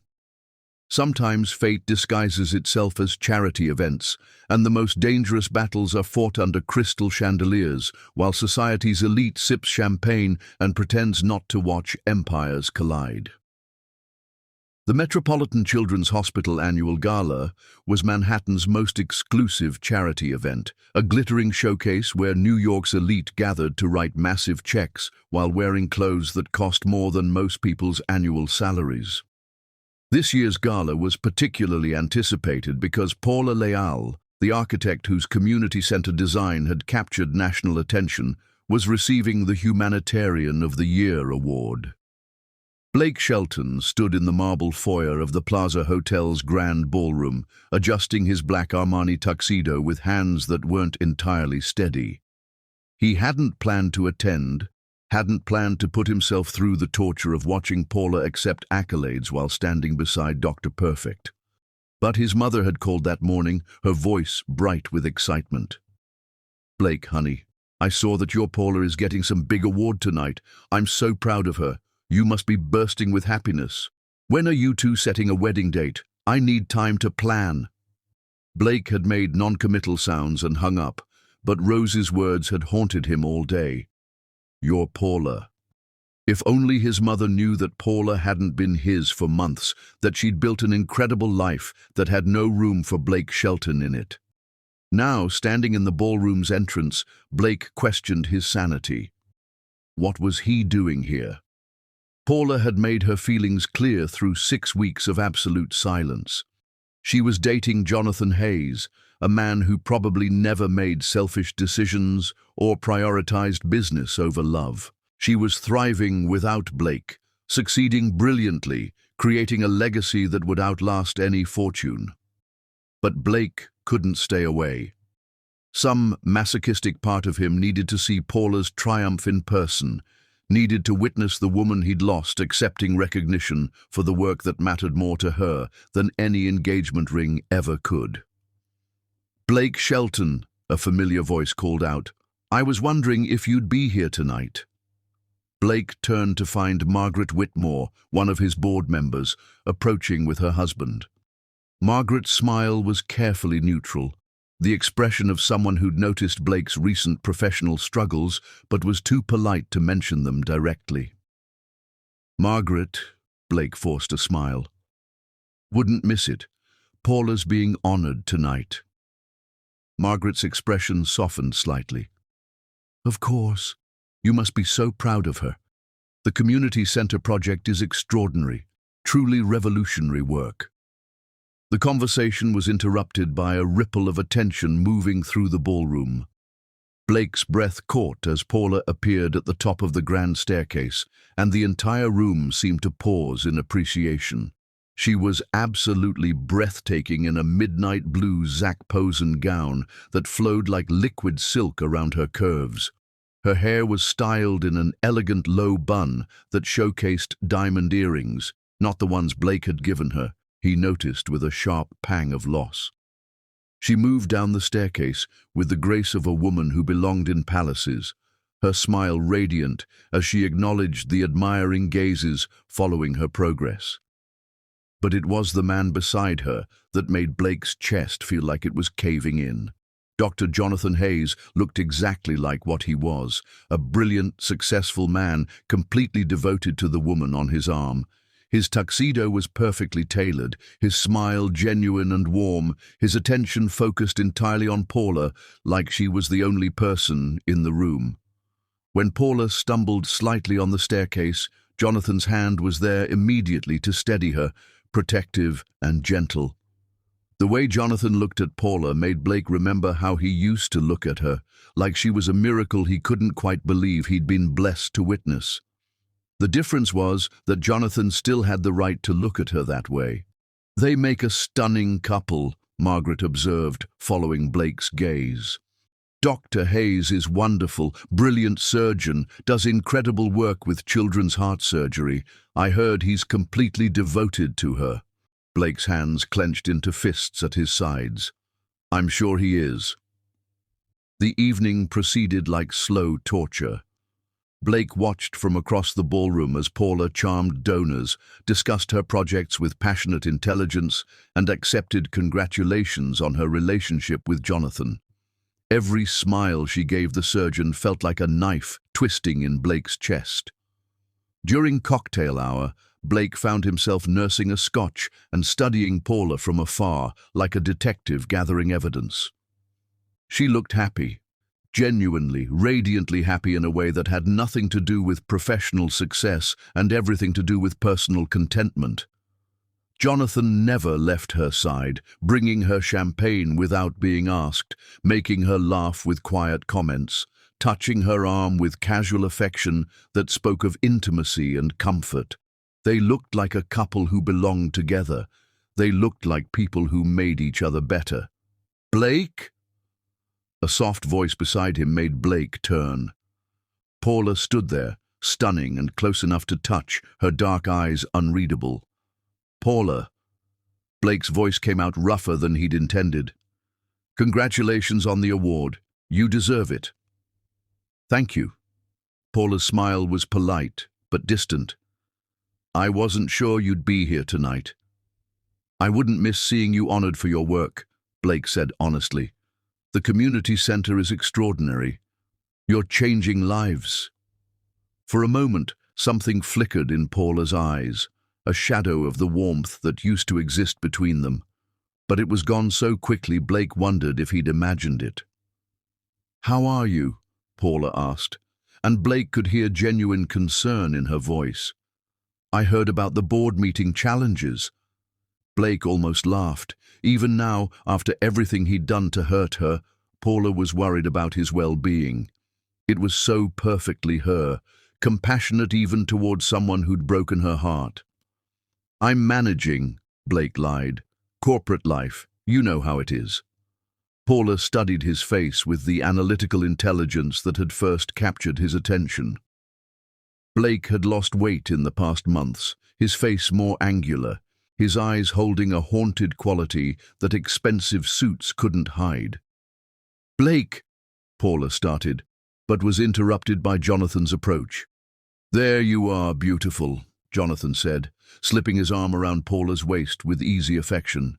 "They're about to start dinner." Blake watched the casual intimacy between them and felt something die inside his chest. Jonathan's touch was comfortable, welcomed, natural. Paula leaned into him slightly, unconsciously, the way she used to lean into Blake. "Dr. Hayes." Blake extended his hand with forced civility. "Congratulations on your relationship. Paula's an extraordinary woman." Jonathan's handshake was firm, his smile genuine. "Thank you. I'm the luckiest man in New York. Paula's not just brilliant, she's the most compassionate person I've ever met." The conversation was torture. Jonathan spoke about Paula with obvious adoration, mentioning her kindness to his patients, her support of his research, her ability to make everyone around her feel valued and heard. Everything Jonathan said was true. Paula was all those things and more. But hearing another man catalogue her virtues felt like listening to someone describe all the treasures Blake had thrown away. "If you'll excuse us," Jonathan said politely, "I believe they're seating us for dinner." Blake watched them walk away, Jonathan's hand on the small of Paula's back. Paula's head tilted toward him as he whispered something that made her laugh. They looked perfect together, two good people building something meaningful. Dinner was served at tables of 8, and Blake found himself seated with Manhattan's business elite, making polite conversation while stealing glances at Paula's table across the ballroom. She was seated between Jonathan and the hospital's chief administrator, discussing her latest housing project with animated passion.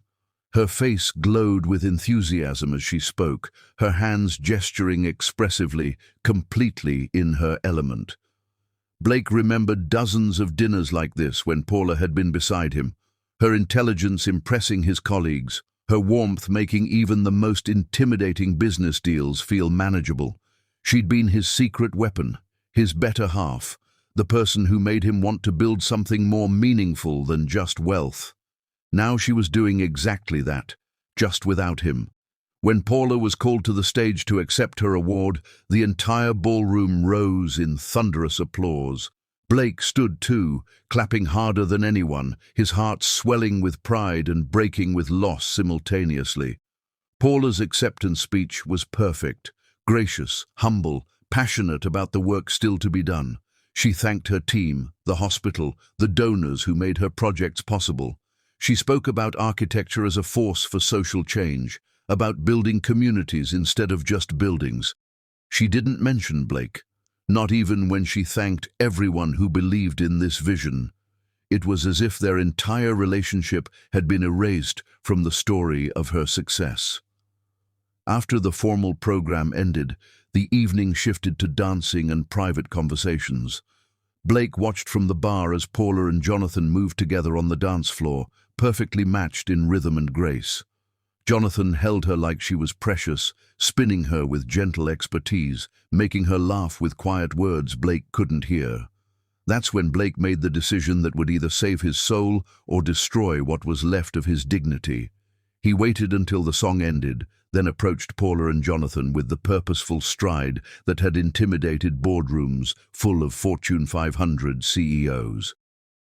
"Paula," Blake's voice carried across the dance floor, drawing attention from nearby couples. "Could I speak with you privately for a moment?" The request hung in the air like a challenge. Jonathan's expression tightened slightly, protective instincts obviously activated. Paula looked between the two men, her face unreadable. "Blake," Paula said carefully, "I don't think that's appropriate. Please." The word came out rawer than Blake had intended, carrying months of suppressed pain and desperate need. 5 minutes, that's all I'm asking." The ballroom seemed to hold its breath. Society reporters suddenly found reasons to drift closer. Board members pretended not to watch, while straining to hear every word. This was Manhattan drama at its finest. A billionaire publicly pleading with his ex-fiancée while her new boyfriend watched. Jonathan stepped forward slightly, his voice calm but firm. "I think the lady said no, Mr. Shelton." Blake's gaze shifted to Jonathan, and for a moment the two men sized each other up like opponents in some ancient ritual. Jonathan was protecting what was his. Blake was fighting for what he'd lost. Both men recognized the stakes. "It's okay, Jonathan," Paula said finally, her voice carefully controlled. 5 minutes. Blake felt relief flood through him as Paula walked toward a quiet corner of the ballroom, away from the dance floor and the watching eyes. But when they reached the secluded alcove near the silent auction tables, Paula turned to face him with an expression that held no warmth whatsoever. "What do you want, Blake?" Paula's voice was professional, distant, the tone she might use with a stranger. Looking at her up close, Blake could see all the details he'd memorized and lost. The tiny scar above her left eyebrow from a childhood accident, the way her eyes became darker when she was emotional, the subtle curve of her lips that had once smiled, just for him. "I want to apologize," Blake said, his voice thick with emotion. "Really apologize, not just for the engagement party, but for everything, for prioritizing business over us, for making you feel like you didn't matter, for being the kind of man who could hurt someone as incredible as you." Paula's expression didn't change. "Blake!" "I was wrong," Blake continued, the words pouring out like water through a broken dam. "I was arrogant and selfish, and so used to getting everything I wanted that I forgot how to appreciate what I had. You were the best thing in my life, Paula. You made me better, made me want to build something meaningful instead of just profitable, and I threw it all away for a business deal that meant nothing." Blake dropped to one knee right there in the Plaza Hotel ballroom, in front of 500 of Manhattan's most powerful people, his voice carrying across the suddenly silent room. "I know you're with Jonathan now. I know you're happy, and he treats you the way you deserve to be treated. But I had to tell you that losing you was the biggest mistake of my life. I had to tell you that I love you, not loved you, love you, present tense, forever. I had to tell you that every success I have feels empty without you to share it with." The ballroom was completely silent now, every guest straining to hear Blake's public confession. Camera phones appeared like magic, society photographers capturing the moment for tomorrow's headlines. "I'll do anything, Paula," Blake's voice cracked with desperation. "I'll give up the company, move to another city, donate every penny I have to your projects. I'll spend the rest of my life proving that I understand what really matters. Just please, please don't write us off completely. Please tell me there's some small part of you that remembers what we had, that believes people can change, that thinks I might be worth a second chance." Paula stared down at Blake for what felt like an eternity, her face a mask of careful control. Around them, the ballroom held its collective breath, waiting for her response to what was arguably the most public, dramatic proposal in Manhattan's social history. When Paula finally spoke, her voice was clear and cold as winter rain. "Blake," she said, her words carrying across the silent ballroom like a judge delivering a verdict, "you told me you didn't owe me loyalty when it mattered most. Tonight, I want you to understand something important." Paula's hand moved to her engagement ring, not the one Blake had given her, but a new one, smaller and more elegant, that Blake hadn't noticed until this moment. "I don't give second chances to people who have to lose everything before they learn to value what they had," Paula continued, her voice steady and final. "I don't build futures with men who only fight for love when it's convenient or dramatic."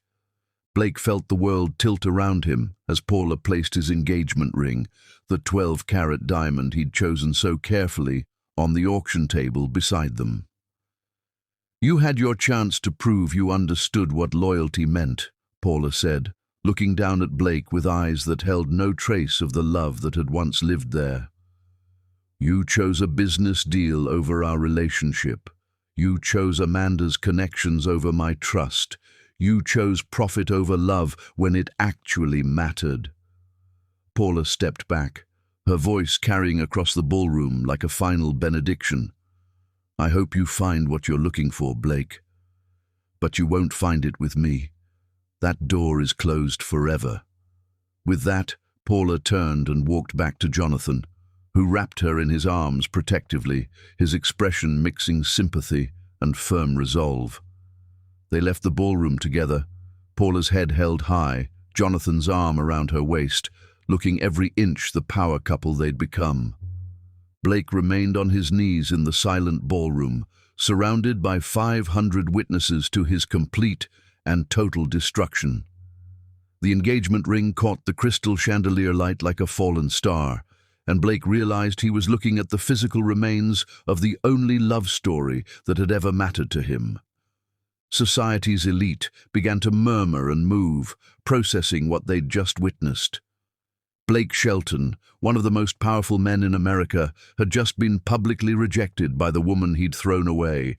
It would be front-page news in every society publication, analyzed and dissected by business reporters and gossip columnists alike.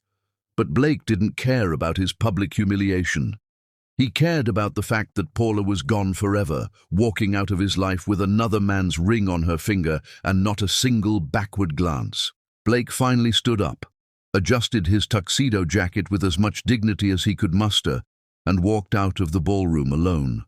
He left his engagement ring on the auction table, someone else's treasure now, since it meant nothing to the woman it had been created for. Outside the Plaza Hotel, Manhattan sparkled with its usual indifferent brilliance.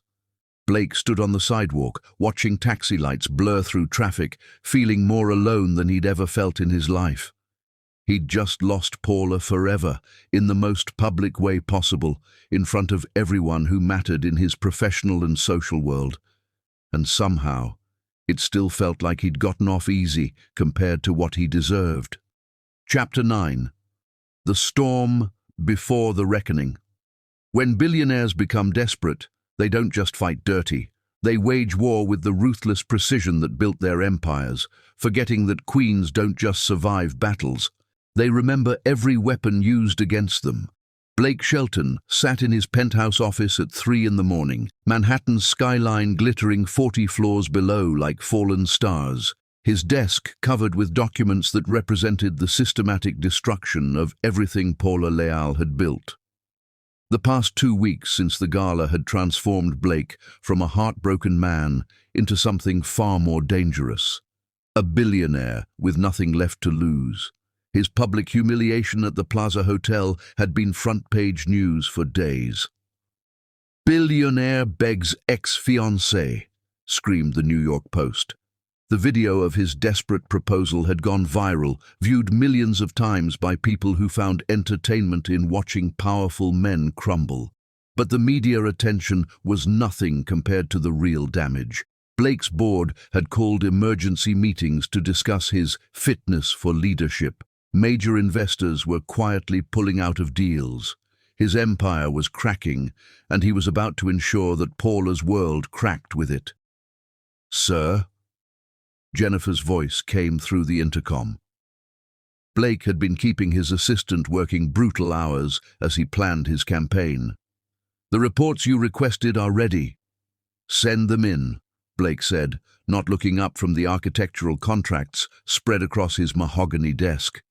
3 men entered Blake's office: private investigators, corporate lawyers, and a public relations specialist who specialized in reputation management. They represented the kind of weapons Blake had never needed to use before, but desperate times required desperate measures. "What do we have?" Blake asked, his voice carrying cold authority. Marcus Webb, the lead investigator, placed a thick folder on Blake's desk. "Everything you asked for, Mr. Shelton. Paula Leal's business connections, funding sources, client list, personal relationships." Blake opened the folder, scanning pages of information that represented months of investigation into every aspect of Paula's professional and personal life. Bank records, contract details, supplier agreements, a complete blueprint for destroying everything Paula had worked to build. "Her community center project," Blake said, pointing to a specific contract. "The main contractor is Morrison Construction. They owe me $12 million from a failed hotel development." "We could call in that debt," suggested David Chen, Blake's corporate attorney. "Force them into bankruptcy, make it impossible for them to complete Paula's project." Blake nodded, making notes. "What about her affordable housing initiative?" "Federal funding through the Urban Development Grant," Marcus replied, "but the approval process requires annual reviews. A few well-placed calls could trigger an investigation into the project's financial management." "Do it." Blake's voice was ice. "I want every project she's working on scrutinized until she can't function."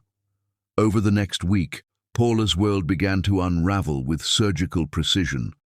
Morrison Construction suddenly demanded immediate payment, claiming cash flow problems that forced them to halt work on the community center. The steel supplier backed out of his contract, citing unforeseen complications. City permits that had been approved for months suddenly required additional environmental studies. Paula sat in her firm's conference room, surrounded by worried project managers and anxious contractors, trying to understand how everything had gone wrong simultaneously. "It doesn't make sense," said David Kim, her project manager. "Morrison has been reliable for 2 years. The permits were approved months ago." Paula studied the stack of cancellation notices, her architect's mind recognizing patterns her heart didn't want to acknowledge.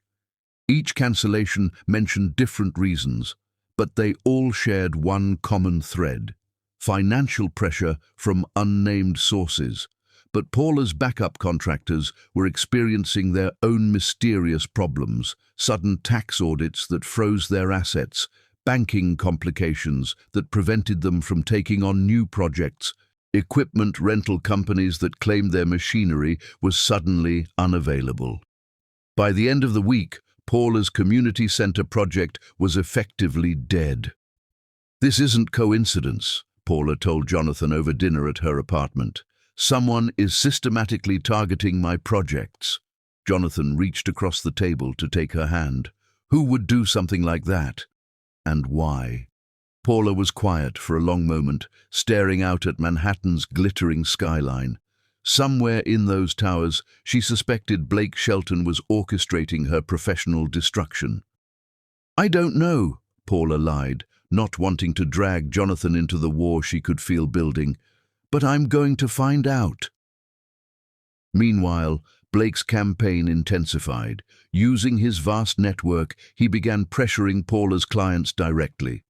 The law firm that had commissioned her suddenly decided to reassess their expansion plans. The non-profit organization abruptly announced budget cuts that eliminated the architectural budget entirely. Blake's weapons were sophisticated and nearly invisible. He never threatened anyone directly, never made demands that could be traced back to him. Instead, he simply reminded business leaders about favors owed, investments made, connections that might prove valuable. The message was clear. Supporting Paula Leal's projects was not in their best interests. Paula's firm began bleeding money as projects were cancelled and new contracts mysteriously failed to materialize.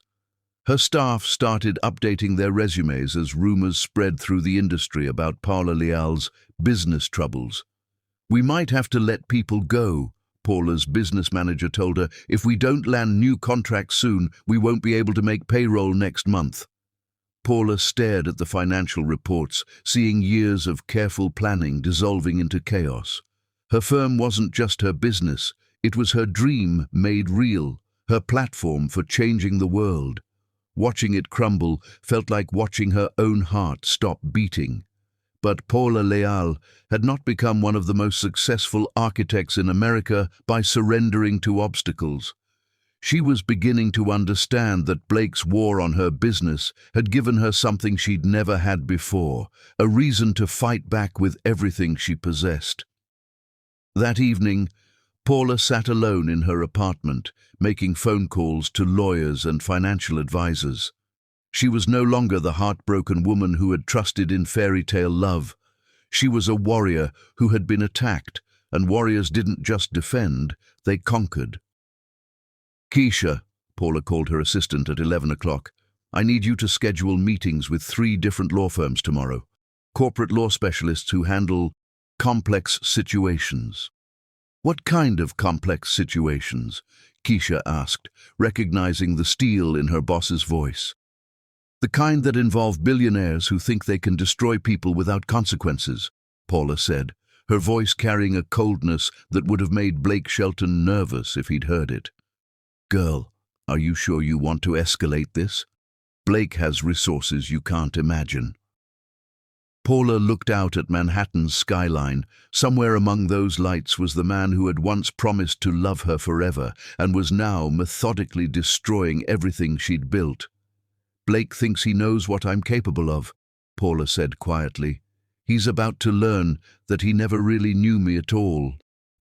As Paula began formulating a plan that would make Blake's business warfare look like child's games, she had spent months studying his empire while they were together, learning about his investments, his vulnerabilities, his business relationships. Blake thought he was the only one who knew how to fight dirty. But he had forgotten something crucial about the woman he was trying to destroy. Paula Leal didn't just design buildings. She engineered solutions to impossible problems, and Blake Shelton was about to become her most challenging project yet. Chapter 10.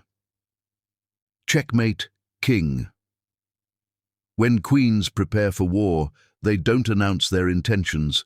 They simply move their pieces into position and watch empires fall with surgical precision.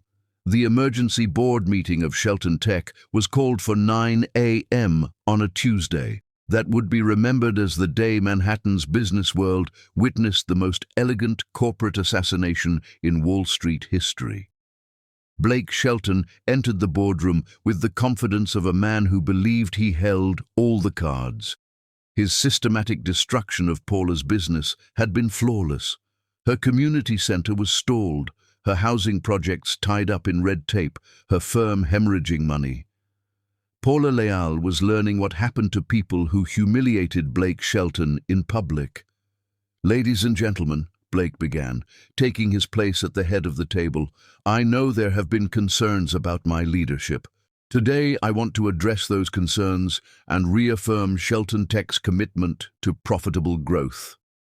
The 12 board members sat around the polished table, expressions carefully neutral. These were Manhattan's most powerful investors, people who had trusted Blake with billions. Margaret Whitmore, the board's senior member, cleared her throat. "Blake, before we begin, I should inform you that we have a new board member joining us today." Blake frowned. "New member? Margaret, we haven't voted on any new appointments."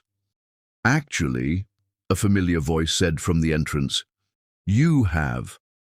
Blake's blood turned to ice as Paula Leal walked into the room, wearing a perfectly tailored black power suit that made her look like a warrior dressed for victory. Her hair was pulled back in a severe chignon, her dark eyes meeting his with absolutely no warmth. "Hello, Blake," Paula said, her voice carrying across the silent boardroom like a blade. Surprise. Blake stared at Paula, his mind struggling to process what he was seeing. "What the hell are you doing here?" Paula took a seat at the far end of the table, directly opposite Blake.